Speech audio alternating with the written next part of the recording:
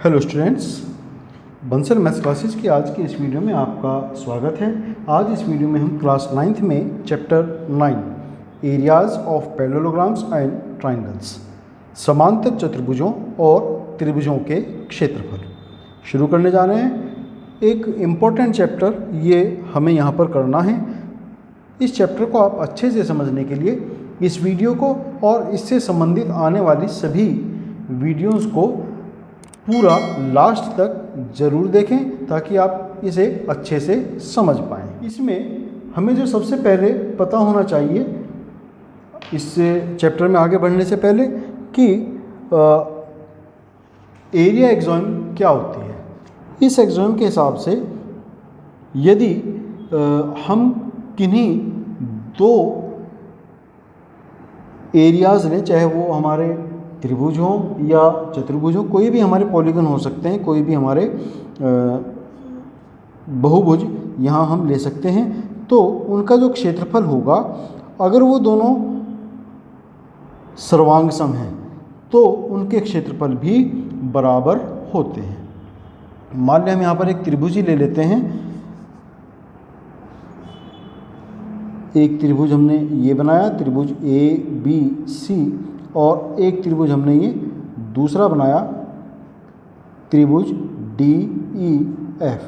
तो अगर त्रिभुज ABC सर्वांगसम है त्रिभुज DEF, तो इसका मतलब ये होगा कि area of triangle ABC equal होगा area of triangle DEF। Means कोई भी दो बहुभुज अगर सर्वांगसम हैं तो उनके क्षेत्रफल समान होते हैं, उनके क्षेत्रफल बराबर होते हैं।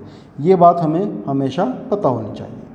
फिर अगर मैं किसी एक बहुभुज को दो बराबर भागों में, दो बराबर या छोटे बड़े कैसे भी हम कर सकते हैं, दो भागों में अगर हम उसको बांट दें तो पूरे बहुभुज का क्षेत्रफल उन बांटे गए भागों के क्षेत्रफल के बराबर होता है। मान लिया मैं इसी त्रिभुज को ले लूँ, एक त्रिभुज मान लिया मैंने ये लिया यहाँ पर और इसका नाम मैंने रखा P। तो ये दो त्रिभुज बन गए इसके अंदर, एक त्रिभुज ये है और एक त्रिभुज ये है। तो इसका मतलब ये हुआ कि area of triangle ABC equal होगा area of triangle ABPC plus area of triangle ABP। इस पूरे त्रिभुज का क्षेत्रफल बराबर होगा त्रिभुज ABP के क्षेत्रफल, इस वाले के क्षेत्रफल के, प्लस इस वाले त्रिभुज के क्षेत्रफल। इन दोनों को जोड़ दें तो हमें त्रिभुज ABC का क्षेत्रफल यहाँ मिल जाएगा। तो ये दोनों चीज़ें इम्पोर्टेंट हैं, ये हमें हमेशा ध्यान में रखनी है। अब इसके बाद में जो हमें आगे चलना है इसमें कि एक ही आधार और एक ही समांतर रेखाओं के बीच में जो फिगर्स होती हैं उनके बारे में। Means figures on the same base and between same parallel lines। तो इससे रिलेटेड एक थ्योरम है जो हमें यहाँ पर प्रूव करनी है। थ्योरम 9.1, इसका जो कथन है, स्टेटमेंट, वो मैं यहाँ पर पहले लिख देता हूँ। क्या स्टेटमेंट में है इसका कि एक ही आधार और एक ही समांतर रेखाओं के बीच स्थित समांतर चतुर्भुज क्षेत्रफल में बराबर होते हैं। Parallelograms on the same base and between the same parallel lines are equal in area.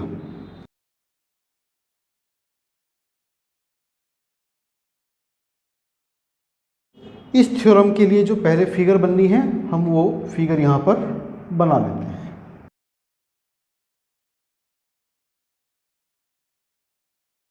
ये इस थ्योरम के लिए फिगर है। यहाँ पर सेम बेस CD के ऊपर दो पैरेललोग्राम्स बने हुए हैं। एक पैरेललोग्राम है ABCD और दूसरा पैरेललोग्राम है EFCD। दोनों सेम बेस CD और same parallels AF and CD के बीच में बने हुए हैं। तो यहाँ पर हम इसको सिद्ध करेंगे। तो इसमें मैं क्या क्या दिया है वो सबसे पहले हम नोट कर लेते हैं। गिवन क्या है, हमें ज्ञात है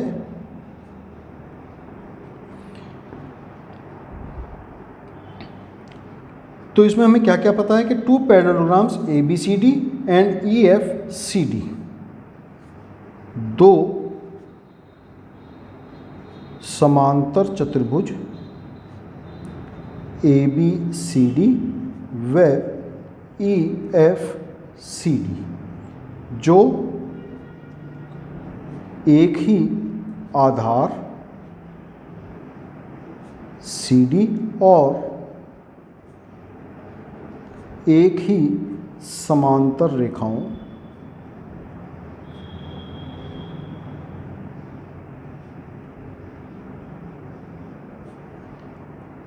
AF पैरेलल CD के बीच स्थित है। ये हमें इसमें दिया हुआ है। सिद्ध क्या करना है हमें यहाँ पर,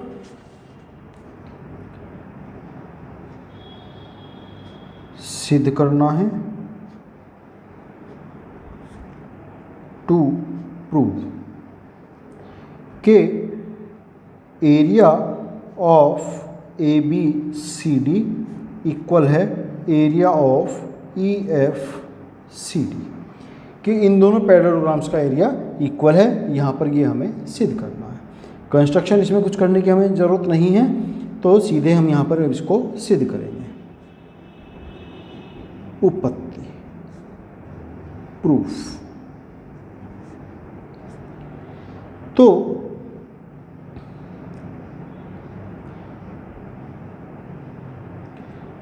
हम देखते हैं कि ABCD और EFCD के अंदर एक ये वाला भाग जो है दोनों ही समांतर चतुर्भुजों के अंदर आ जाता है।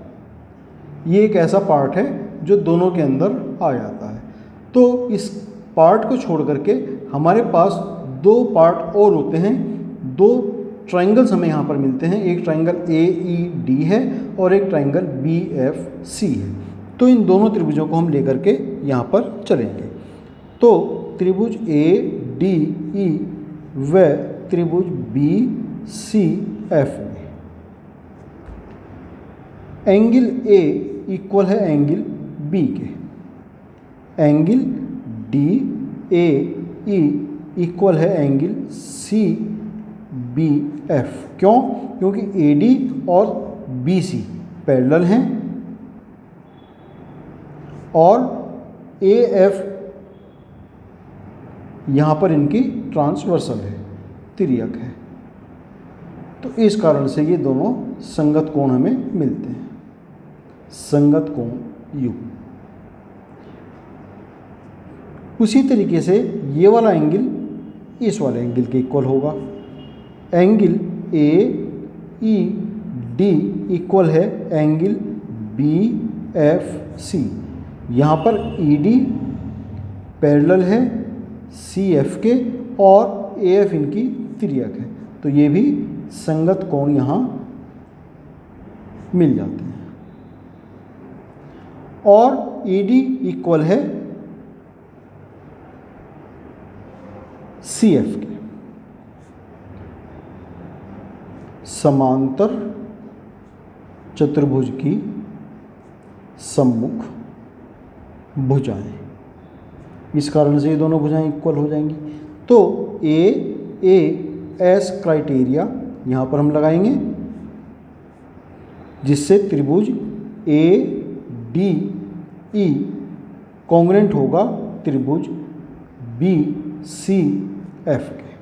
और अभी हमने एक एग्जाम्स यहाँ पर पढ़ी थी कि यदि दो त्रिभुज कॉन्ग्रेंट होंगे तो उनका क्षेत्रफल भी बराबर होगा। तो इस कारण से हम कह सकते हैं कि एरिया ऑफ ADE इक्वल होगा एरिया ऑफ BCF के। इसको हम इक्वेशन नंबर 1 यहाँ कह सकते हैं। अब area of parallelogram ABCD C D, उसको हम लिख सकते हैं area of quadrilateral A E D, area of triangle A E D plus area of quadrilateral E B C D.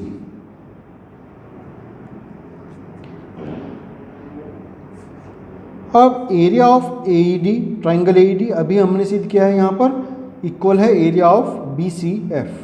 तो इसको हम यहाँ पर लिख सकते हैं area of B C F और plus area of E B C D, ये तो है ही, और ये दोनों मिल करके ई बी सी डी में बी सी एफ हमें मिल जाएगा, तो मिलेगा E F C D, area of E F C D.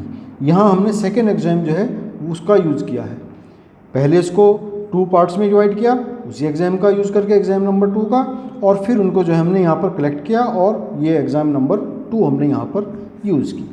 तो हमें मिला area of A B C D equal area of E F C D, और यही तो हमें प्रूव करना था,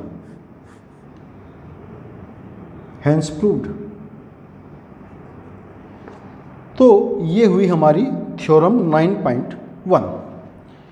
तो स्टूडेंट्स आज के लिए इस वीडियो में हम इतना ही करेंगे, थ्योरम 9.1 ही आज हमने इसमें प्रूव की है।